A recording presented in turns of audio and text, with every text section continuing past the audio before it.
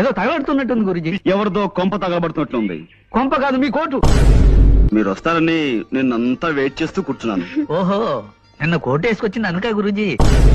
వేసవికాలంలో కోటు ఎందుకు వేసుకొచ్చారా అనుకున్నా. వస్తానండి. మళ్ళీ ఎప్పుడు వస్తారు? చెప్పండమ్మా, మళ్ళీ కోటు వేసుకొస్తారు. ఇలా పడిపోయారేంటి? ఎవరనండి, నేను ఇక్కడ కూర్చున్నాను.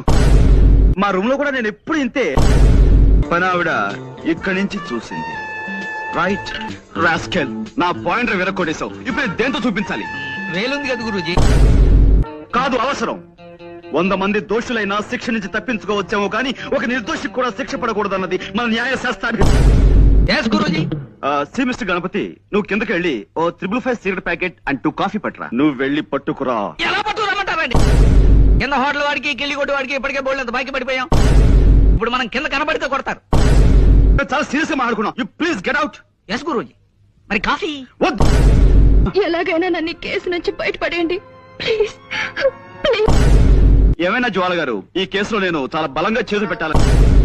ఇలాగే తప్పిపోయిన కుర్రోడ్ కేసు ఒకటి 1984 లో అనుకుంటాను మేము డీల్ చేసాం. ఆ కుర్రాడు ఇంతవరకు దొరకలేదు కదా గురూజీ.